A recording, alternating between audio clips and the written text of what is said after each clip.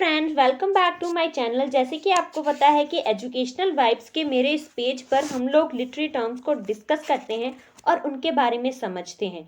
अगर आपको लिटरेचर के रिगार्डिंग और भी वीडियोस चाहिए तो आप मेरा चैनल सब्सक्राइब कर सकते हैं और बेल आइकन को प्रेस ज़रूर कीजिएगा। तो चलिए शुरू करते हैं। हमारा आज का टॉपिक रहने वाला है कोरस। ये बहुत ही इंटरेस्टिंग टॉपिक है।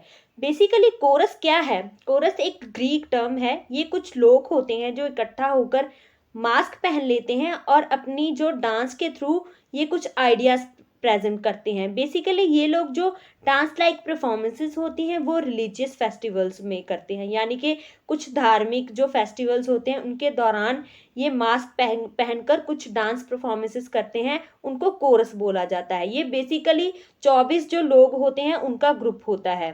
इसको सबसे ज़्यादा जो फेमस किया था वो असाइक्लस और सोफोक्लिस ने किया था ग्रीक ड्रामा में।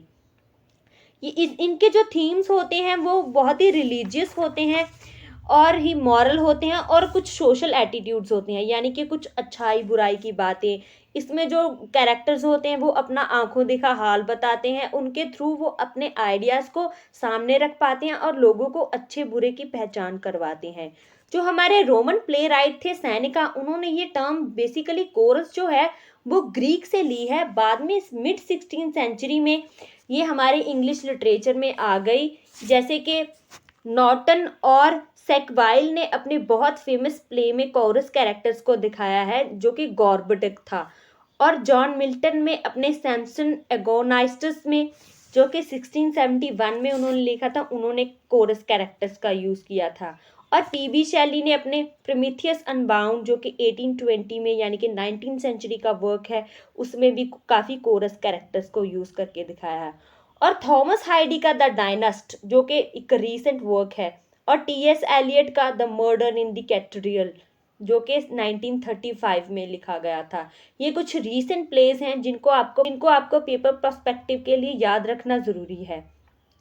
एलिजाबेथन एज में क्या होता था कि जो कोरस जो टर्म है वो एक सिर्फ सिंगल पर्सन के ऊपर अप्लाई की जाती थी, जो कि प्रोलोग या एपिलोग बोलता था।